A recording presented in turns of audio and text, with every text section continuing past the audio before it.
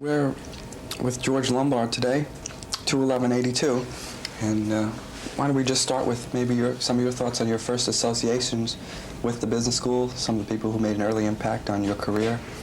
And Well, after I graduated from the school in 1935, I was away for a year, and then the Dean Dunham offered me such a amazingly interesting job, I couldn't say no, so I came back and started in the dean's office. The work I did at that time was the assistant dean for the placement of the graduating class. It had been held by a man who'd held the job for 2 years, and for me to pick it up completely inexperienced was a very important challenge. And I did that for 2 or 3 years.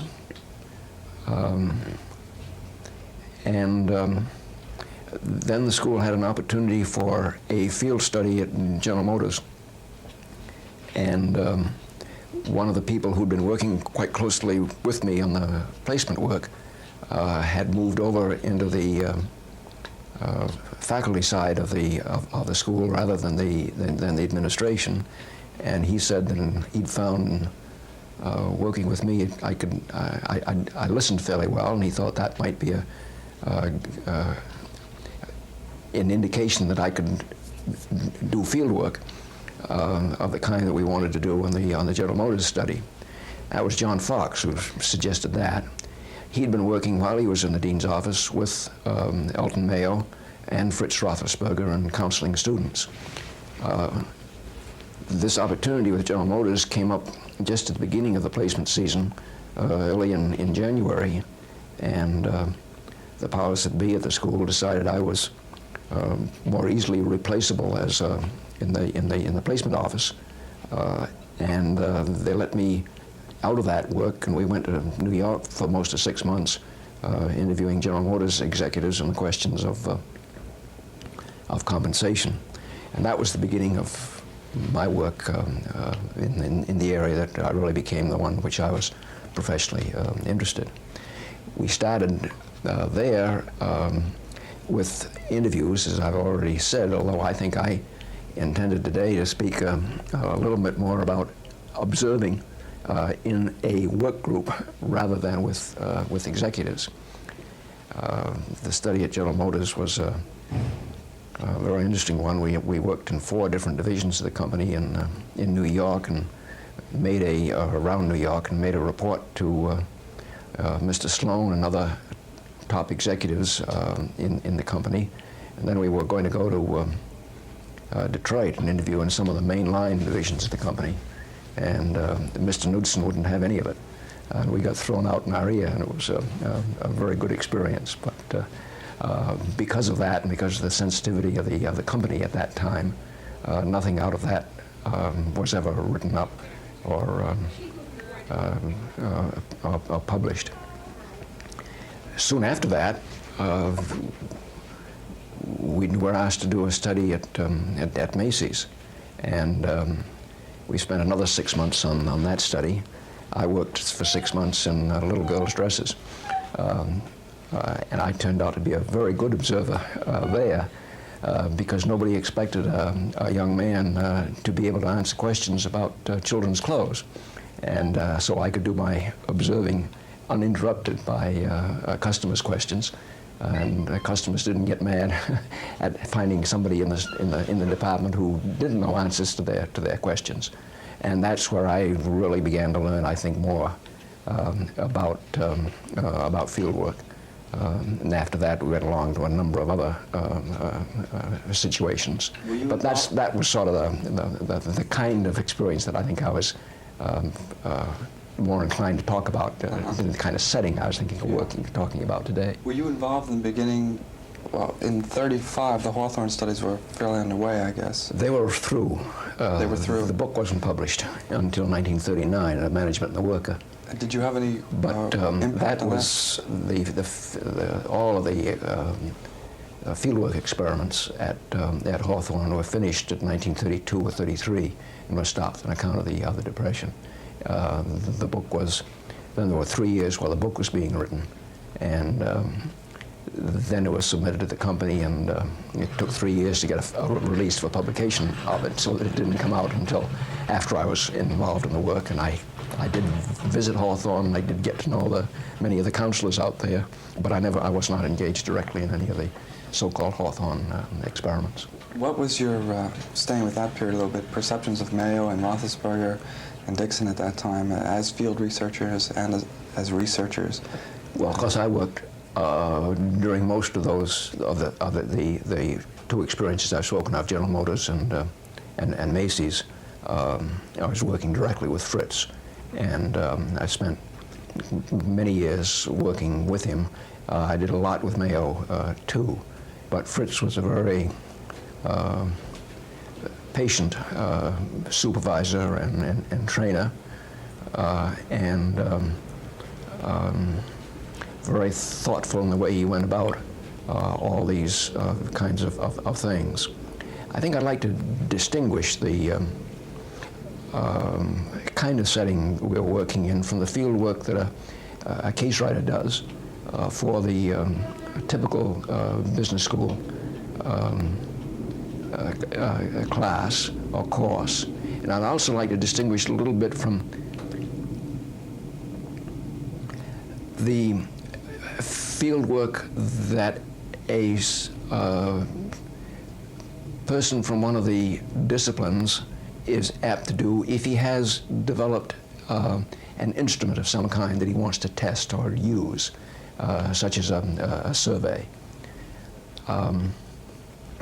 These were questions that we took a lot of time on in the early years. And I think the methods that we were developing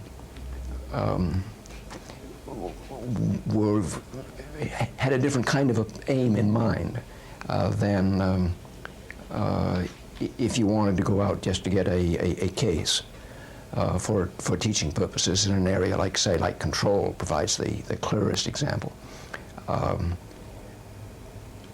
The case writer can often get a case by looking at an annual report of the company and excerpting certain pages or certain tables from it. He may visit the company to get the story that underlies that particular use of reporting procedures. But one trip may do it, plus another trip for the release of the case. In the setting in the at General Motors or in Macy's, we were concerned with what we referred to in those days as human problems, what we'd now call organizational problems, whether there are people engaged in them. And you didn't go around and ask executives of the company, what human problems do you have in your company? They'd clam up fast. And we had to develop a relationship with the company and talk over with many people the kinds of things that we were interested in trying to develop. Also,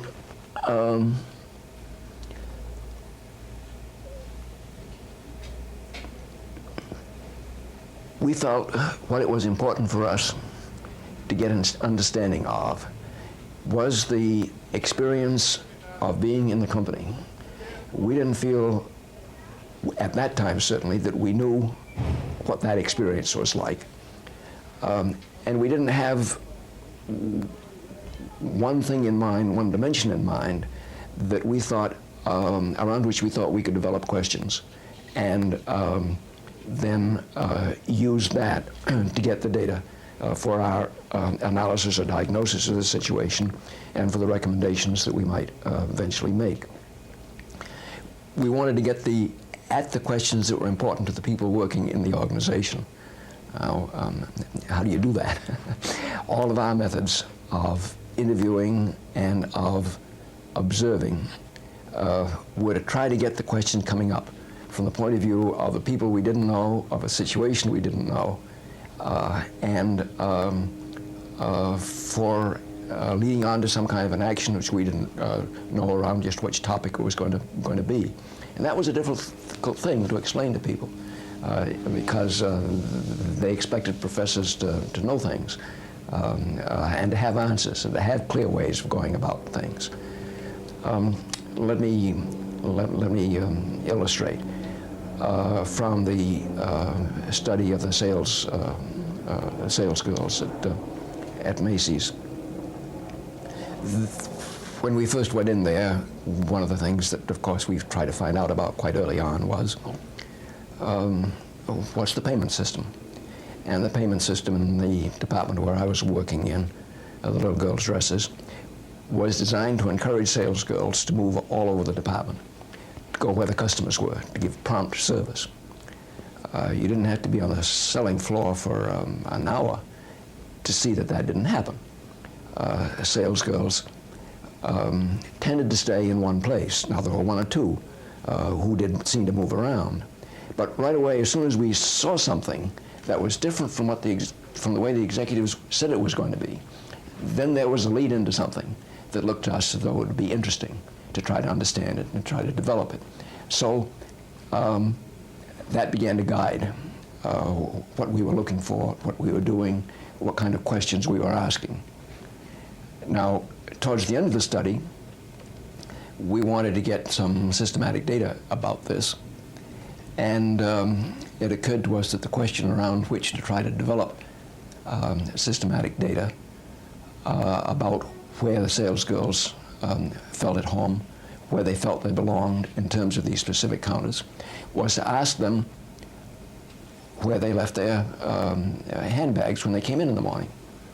By that time, we had enough trust developed with them so that we could ask them that question. If we'd gone in there early on and said, where do you keep your purse, we would have been thrown out very quickly. There was a lot of theft around the store of one kind or another, and we would have been labeled with that right away.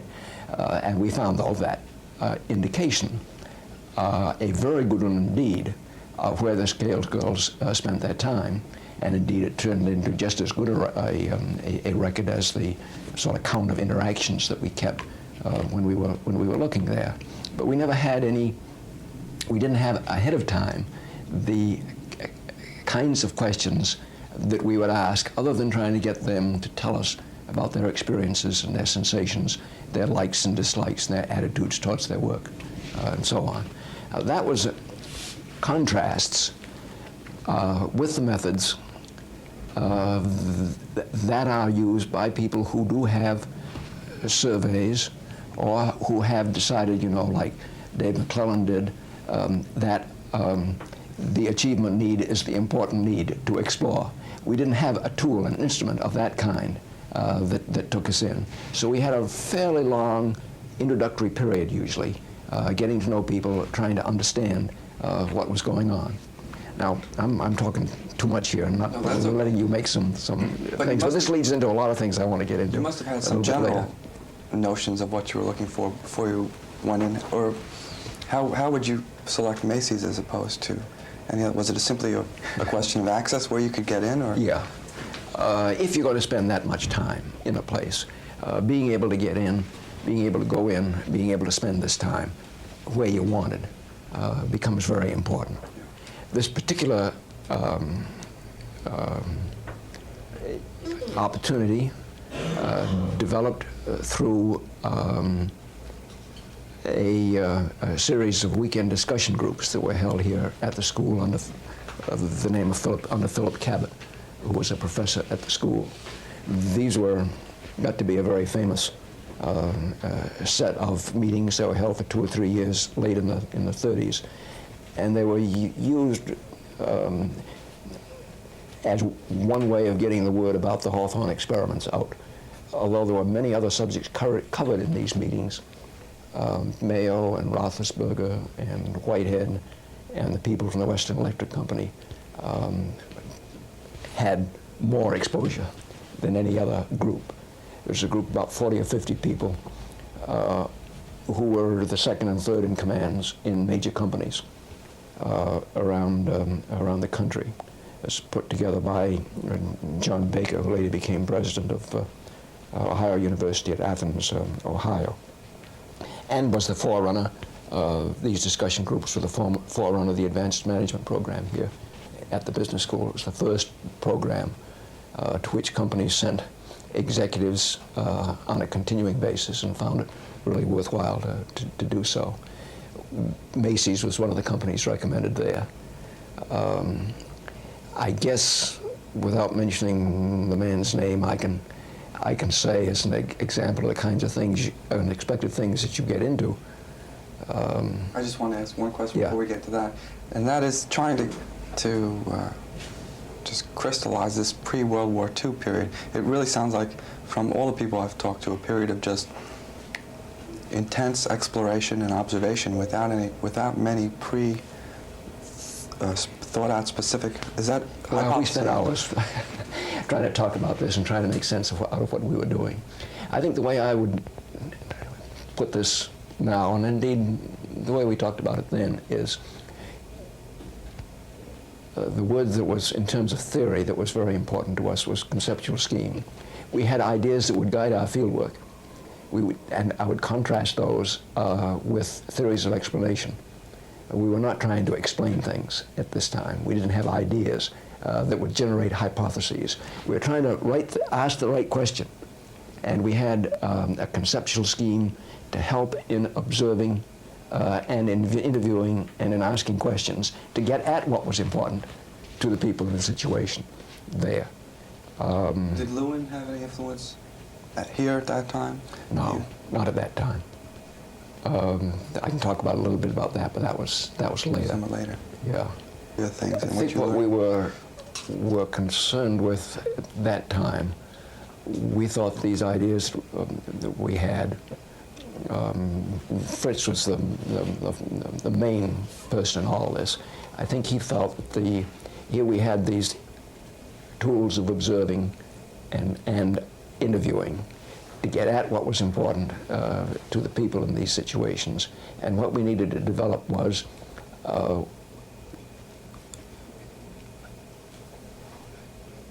situations, questions around which those methods would be useful and of use in business situations, in business organizations.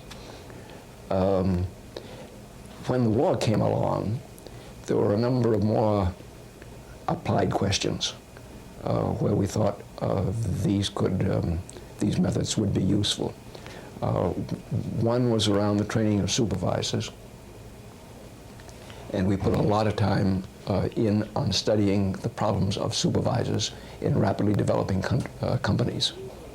And we wrote a whole man named Gordon Bowden, who's just retired from the telephone company, did his thesis, which I think was the first thesis in sociology that was done under the supervision of somebody at the business school. It was the first joint undertaking of that kind.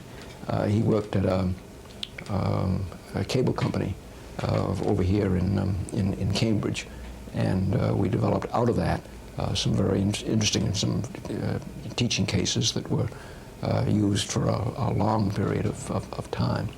And then there were studies on absenteeism and labor turnover that the mayor worked on, that I helped a bit with. Now those were, again, examples of field work in that we went into the field to get the data, but they were much more focused than the kind of thing I've been speaking about, because we weren't initially charged with trying to find out what was important in a particular department. The question of absenteeism led into that quite rapidly, because you'd find, contrary to the way the executives would, and the way people in Washington would talk about this horrible problem of absenteeism with an average figure of a percentage that was very high, you'd find that there were situations where nobody was ever absent, where people would get up at 3 o'clock in the morning to come into work in a snowstorm of the kind we had just the other day. And then you'd find departments where, of course, the absenteeism was very high. So you'd get out on the floor and take a look to see what was making a difference in those kinds of situations, what was leading to such different kinds of experiences, and you talk with people to find out about them. But that was considerably more focused than the way in which I was speaking first about field work, to get at the problems of work from the point of view of the people people there. Now, up to this point, what were the types of skills, as we're moving forward, that you were developing, types of interpersonal skills that helped you be more effective in the field? Or were there stages you went through? What I'm thinking about in answer to that question is, again, it leads into a question we talked about a lot. We never, where we never did come out with a very satisfactory list of skills with an S at the end, plural.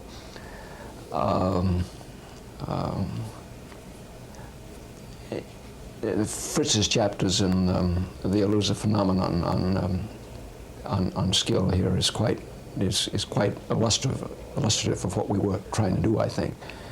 We thought of skill as a unitary thing, a behavioral thing, and not something that you could break down into a checklist of different points.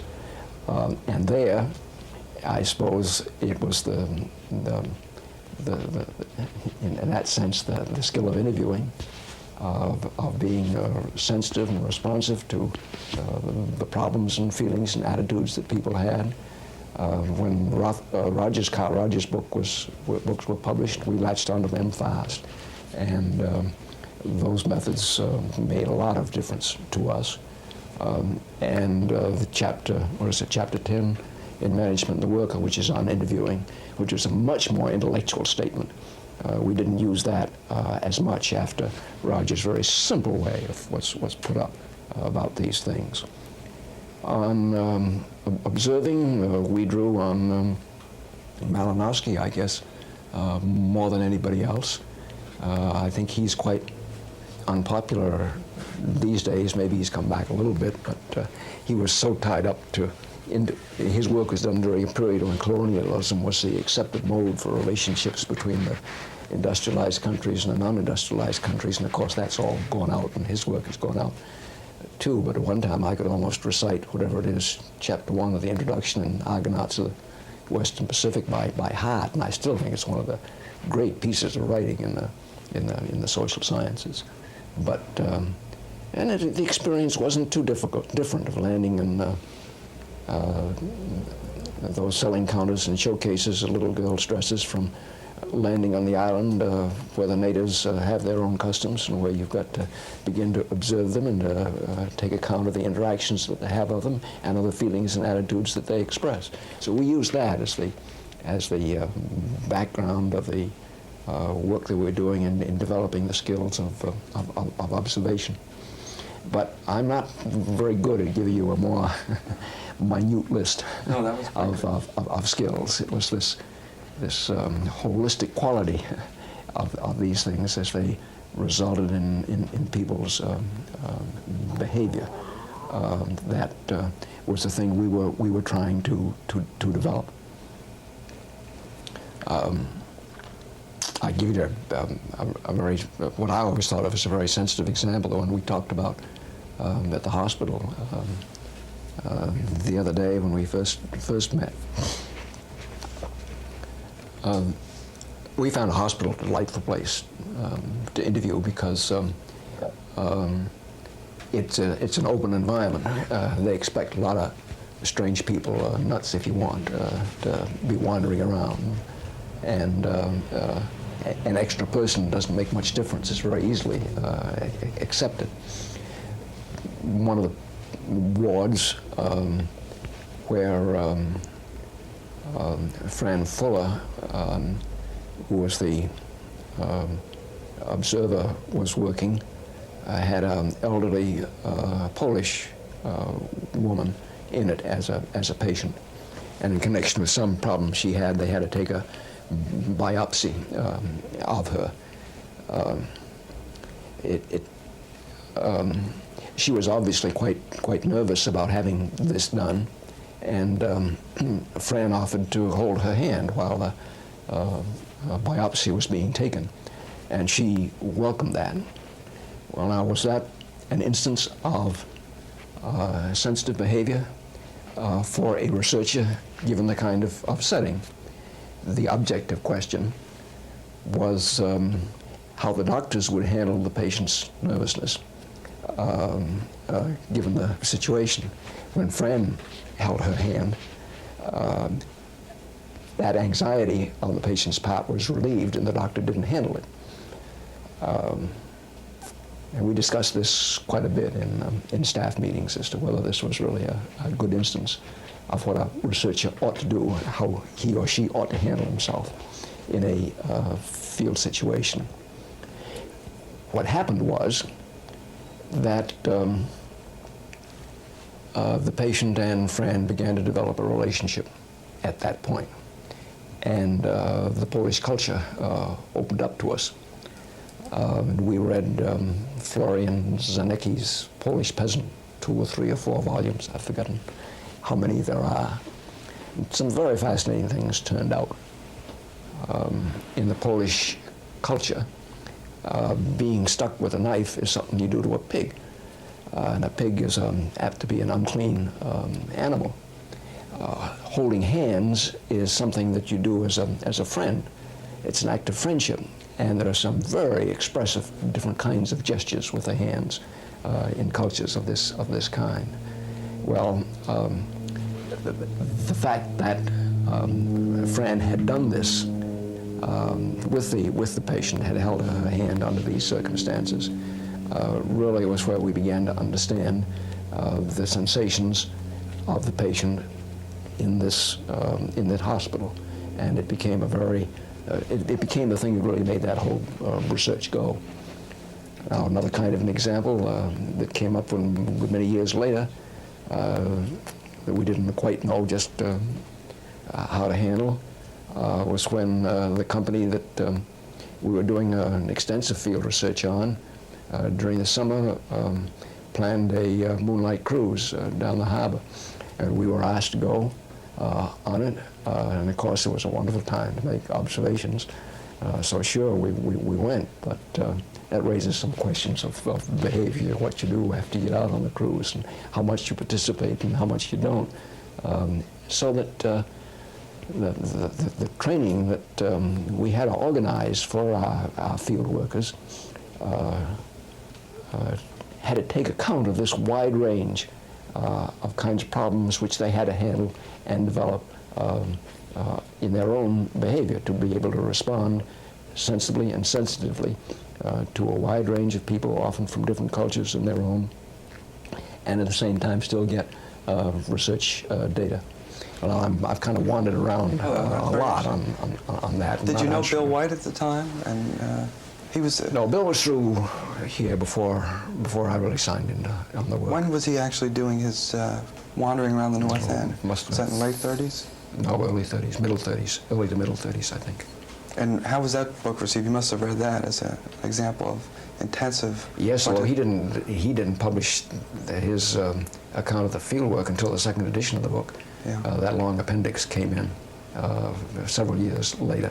But that's a good account. We should have done more of writing up of these kinds of things, of the methods and experiences that we had. But well, we can move in sort of the next time period, or the next major phases that you felt you went through, or experiences that you had, I guess, into the 50s. Well, during the war, the schools, regular courses eventually all closed down, and we had a number of military training courses of one kind and another located here at the school. And then after the war ended and civilian instruction reopened, we were admitting 3 classes a year, and the college was back 2. And when the school revoted its civilian program, a course in the area of human behavior was included as a required course. So our first, our needs for teachers escalated at a terrible rate. And we were pulling people in from all other kinds of fields, because this meant, you see, we were, what we were admitting, it's 6 or 7 or 8 sections 3 times a year. And our need for case material escalated very rapidly. One of the ways in which we met that was to assign a written report to students to be based on their experiences of a human problem that they had encountered in work or in the services. And we got a lot of good cases that way, but it didn't give us the field work. So I'm diverting a bit from our subject matter here. But as soon as we could, as soon as the really almost crisis of developing courses and teachers was through, then we went back towards trying to establish field stations in different companies where our researchers could spend up to 6 months, or even in some cases, I guess we had pretty active contacts with 1 or 2 places over a period of 2 or 3 years. We'd go back to visit them again. We had a paper company in Maine. It was called the Marshall Company, where we spent a lot of time. And then there was a couple of electronics companies around Boston, where we did, again, a lot of time, resulted in books like Paul Lawrence's and Harriet Ronkin's Resistance to Change, and articles were written out of those too. And we'd get a series of cases of 12 or 14 cases, perhaps, in the series. Sometimes we'd teach most of them, sometimes we'd make selections of the cases for class. During this period, the thing that was dominating really was the need to get good teaching materials for the cases that we were developing. So the research component leading towards knowledge was played down during this period. We were in the field a lot, but it had a different kind of an objective than the earlier period that I'm speaking of. When did you start getting back into the school, back into doing field research? I suppose middle 50s. We were beginning to shift back into the other. And were you doing any studies in that time? Well, I think I specialized more in trying to work up the advanced training programs that we'd need, rather than, and this often included going out and arranging for a field station, a field site somewhere. But I did that more than research myself. I'm not a, theory comes hard to me. I'm not a conceptual innovator or anything like that at all.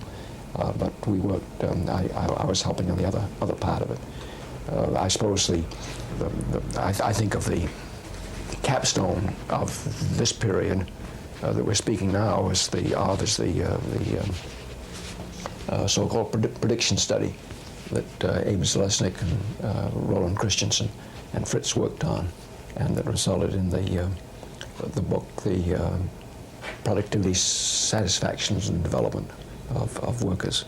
That was in George Homan's. I don't know how much he talked about that, but he was engaged in that one too. What would be, if you were describing the prediction study to somebody who had no idea what it was, what would be a description of that? Well, the types of things they did. It started off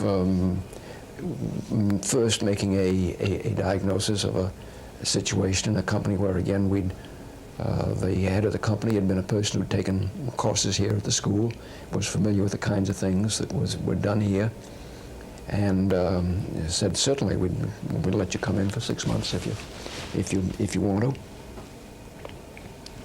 And they made the researchers made a study of the departments that they thought looked like they would be useful for the kind of study they had in mind.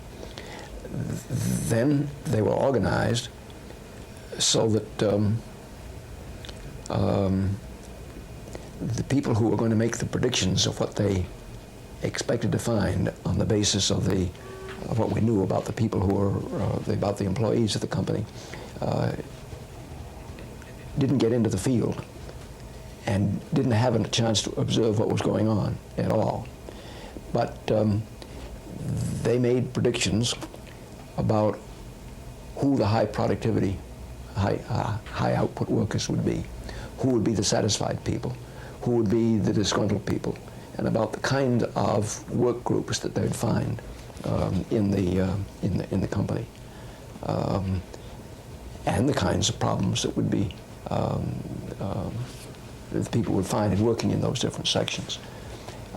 These predictions were then checked with the actual data, and that was the form of the study, to see if the data that you could get about the ages and education and ethnicity of the people and the clustering of combinations of them in their different groups, given the setting and the kind of products that they were working on, could result in predictions about what would actually be happening and how the configurations would actually develop. You, at this point... That was a much more sophisticated kind of thing than what we'd started with, you see, before the war. It's almost like experimental field work. Yeah. But you, at this point, you had mentioned in the beginning, you're interested in observing in work groups in particular. Were you developing your styles or continuing your research in this area? Or maybe you wanted to go to some of the books that you... Well,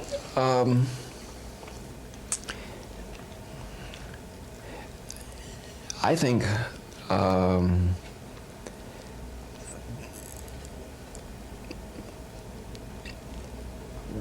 the first problem you encountered in this kind of work was getting access to the data.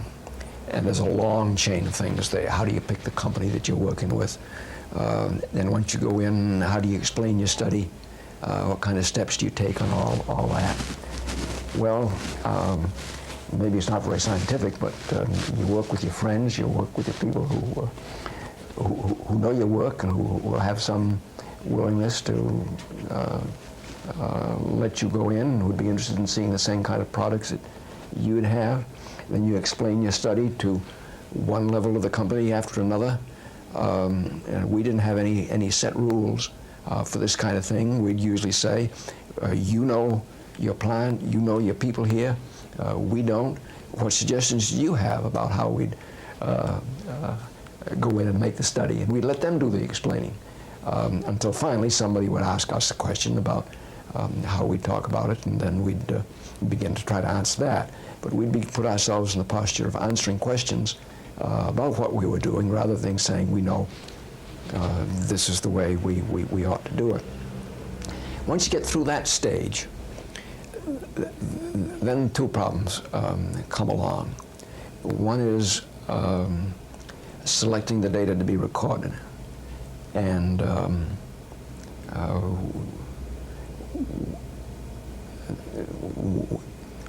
we never developed any very effective way of shortcutting, putting down pretty much everything that happened to us. We came out of Macy's with a 3 or 4 or 5 inch stack of pages of paper of just detailed descriptions of the things we'd seen and the things that people had talked to us about.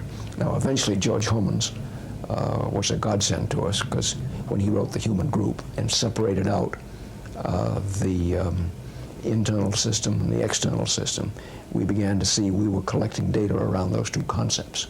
Now, we used the terms formal organization and informal organization before, but the concept of external system and internal system developed a dynamic that allowed you to relate your different kinds of data together in a way, whereas the concepts of formal organization and informal organization kind of dichotomized it, and it was more static. It didn't give you the concept in the background of developing a developing system, as the way George's concept, I think, did. But yeah, we tried to,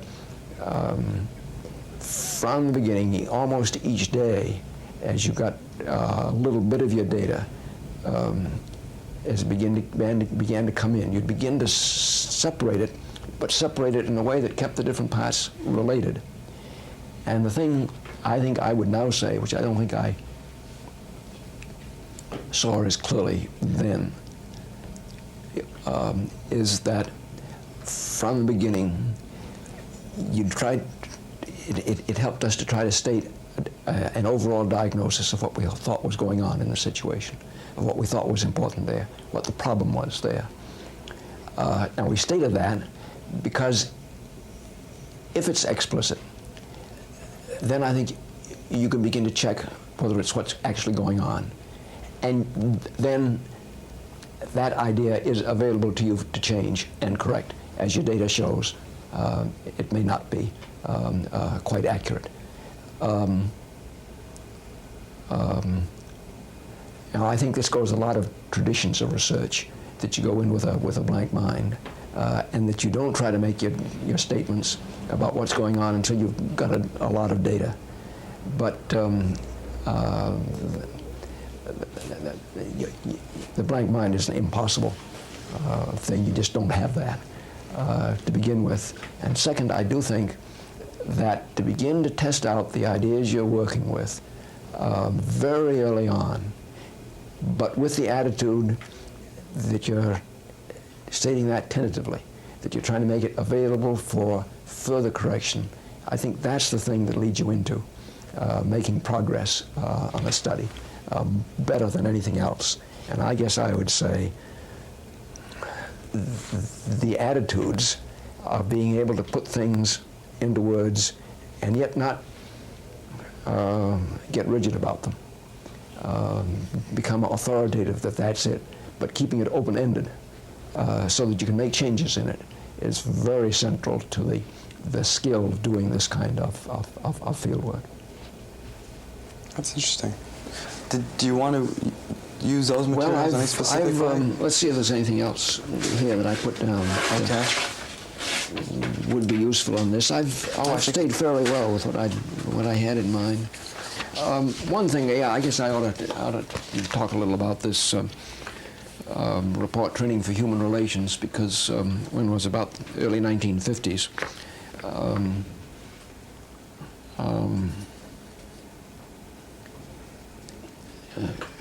criticisms of what we were doing began to develop. Of course, the Hawthorne work was under attack from younger sociologists and psychologists almost from the beginning, but there were also criticisms about whether the work that we're doing here in the teaching really belonged in the curriculum. I haven't used the term self-awareness, but I'm sure you can see where the kinds of skills that we were talking about of a researcher going into a field situation required some degree of understanding on the part of a person of what he or she was bringing to the situation, understanding of the effects of his or her own behavior in the situation that he was or she was working in. Now, the culture at the business school and the stereotype of executives' behavior, that there's a very self-confident person who doesn't have doubts and indecisions, but who's taking action all the time, is at the extreme contrast with that. And some people in the faculty felt that the human relations people were requiring too much introspection for the successful executive. And in the speed of the development of the teaching that we'd gone through, that I spoke of earlier, another problem had developed, the role of the executive, stereotypically, I suppose, is to get somebody else to do what you want him or her to do for the company.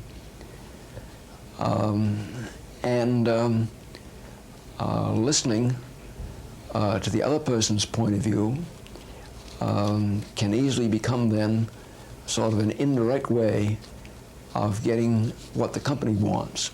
So we landed into a bunch of ethical questions that we hadn't entirely expected, and that we weren't dealing with entirely successfully in our instruction period here. There are answers to all these things, the ways of thinking about them, ways of thinking about them that certainly helped me to work through these kind of controversies and problems that developed. But at one time, the name of the course in the first year was administrative practices, and that got turned into a verb, ad prac, which I think you still hear around, and you ad pract somebody as a way of getting him to do or her to do something that you wanted, not necessarily it was in his or her best interests. There's still some character around who has ad prac on his license plate of his automobile. You see it out in the parking lot there. Occasionally, I hope it's not a friend of yours, Sam. I'm sure it isn't. But this got into be quite a hassle here at the school as to just how you'd handle all these things. Well, Fritz and the rest of us, Fritz particularly, got very concerned about this. And once he'd reestablished a second-year course in interpersonal behavior, he sought for an opportunity to, how can I put it, to think out where we were and what we were doing. And this resulted in what we call the Human Relations Clinic, which was a 2-year period that was financed by a generous grant from the Ford Foundation that allowed us to, he and I and 2 or 3 other people, to take a long look at what we were doing and see if we could assess it and come up with something that we thought would make a little more sense out of what we were doing, and to develop an advanced training program that would help handle some of the problems that we thought we were getting into. Well, we became, I think, more thoughtful about the research and training methods as a result of that. Although we did not establish a formal training program of the kind that we envisioned at the time we completed the report for that program, it was a very fruitful period indeed for all of us. What we envisioned was what we called a program to develop second-level practitioners. The first-level practitioner would be the supervisor or manager or executive in a business firm. The second level would be somebody who could train people of that kind. They needed to know something more about the concepts and the literature and the training methods and the research methods and so on than the person on the firing line. But it didn't seem to us at that time that they needed a full doctoral program, a PhD. At least that was the idea we were playing with. That takes so long. It puts in so much on the research side, and so little on the side of helping people to develop sensitivity and warmth in their own relationships, that we thought there was room for a different kind of a program. Now, this was going on during what time? This would be early 50s. When was this published? 54? And during the 60s and 70s, what sort of things were you doing in the field? Were you very involved with the advanced training program? Well, Let me say one more thing Sure. in relation to this, and then come to that.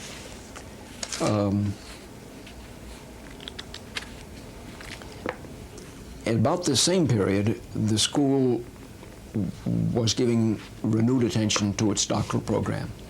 Previously, the doctoral program at the school had been sort of an apprentice-type program, but post-World War II, the expansion of business schools in this country and around the world became very rapid, and the need for trained teachers and researchers became very high.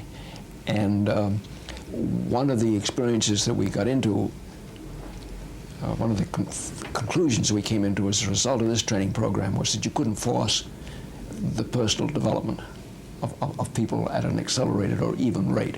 In a sense, we knew that when we started, and we certainly should have known it thoroughly. But we got into, it really was one of the important conclusions that came out of this. So we decided that having more of an intellectual component, more of a research component to the training than we envisioned when we were working on this kind of a concept that I've just spoken about was very important, and the opportunity to take part in the development of the new doctoral program here was one that I think we all welcomed and was a big relief to us, and that was the direction in which that work went. At about the same time here that I'm speaking of, a little bit later, I was asked to come back into the dean's office as associate dean for educational programs. So I took that work up, and really at that time dropped out of teaching and research, and I held that job for a long period, but 12 or 13 years, I guess, until I got really quite close to retirement. So that from the towards the end of the 50s, I wasn't as directly involved with the research and training in the field as I had been earlier. What did you find, it's a little off the track, No. What did you find most satisfying for yourself and fun about what you did in the field, intellectually satisfying and interpersonally satisfying? Why, it's you see this over and over again. There's in people, I think, that are doing field work, there's an excitement that comes from it. There are new insights that come out of it, and you get excited about things. And then there comes that long, boring period of trying to write things down, make sense out of it, and the thing just reverses on you very, very, very quickly. I don't know, you're seeing unexpected relationships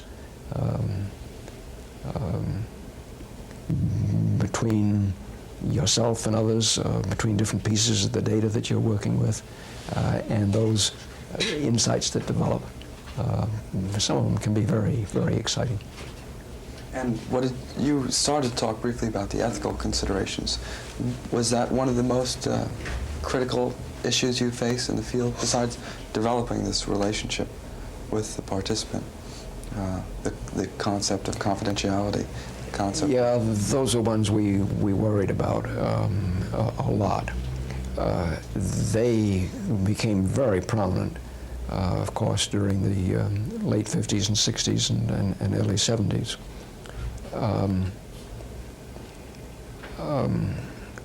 I guess, though I wasn't as directly connected with the work, the position I felt we had to take, and that I think, in fact, people did take,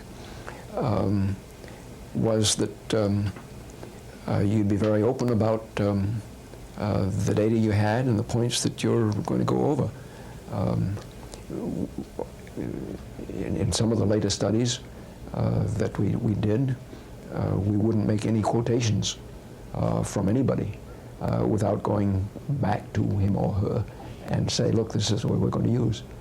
Some of the things that you've told us, is it okay with you? And sometimes we would ask for signatures on a release form so that we were sure that we'd be behaving in a way ethically on all this. Actually, these questions would have to be explored when you're first setting up a study, because there's no sense in getting into a 6-month study and then finding that at the end that you couldn't get your material released. It was just a waste on everybody's part to get into that. So we did talk over at some length at every level that we went into, where we were going to come out and how we were going to handle these kinds of problems. And if somebody said, well, that's something I don't want known, or this is being done confidentially, why, that was it. It just stopped at that point and didn't go any further. Actually, a lot of these questions, students or beginning researchers pose in the most difficult form that you can ask them. And that's the game that graduate students like to play and probably always should play. But those most difficult questions don't come up every day. The kinds of things that we were working with were the kinds of things that could be observed by everybody at any time. The executives around the little girls' dresses department at Macy's knew the sales girls didn't move all over the place, even though they stayed at the payment logic the other way around. So we weren't revealing any secrets when we discovered that. Perhaps we had we could put the importance of that behavior in a little different context than the executives of the store did. But again and again, I remember experiences of, we'd say, well, how do we ever, that's really confidential. And then we'd be talking with an executive about it, and he'd mention something he knew about all the time. Now, I don't want to underplay in saying this, the importance of these ethical questions, because they are important. There's no question at all about that. But I think the fact that we were allowed to stay in as many places as we did for as long as we did indicates that people we were working with thought we could handle these kinds of things as they came up. Any experienced manager has to handle confidential material. He knows what kind of trouble he's going to get in if he violates confidences. And if materials are brought to him, which we say have these kinds of things in it,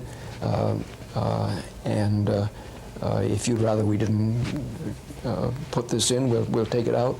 He understands the situation we're in too, and we could always negotiate and reach some kind of a way of handling these things. Sometimes we'd have a major series of cases, and he'd just look through them. Look, you people have been around here long enough, so that I don't have to go through this in detail, and sign the release card and give it to us that way. Are there any other issues that you I think in terms of this question, though, the thing I want to emphasize is making the materials we were gathering and the thoughts we had about them open and available to all the people we were working with was the way in which we handled those kind of questions, and I think it's the way to go on this.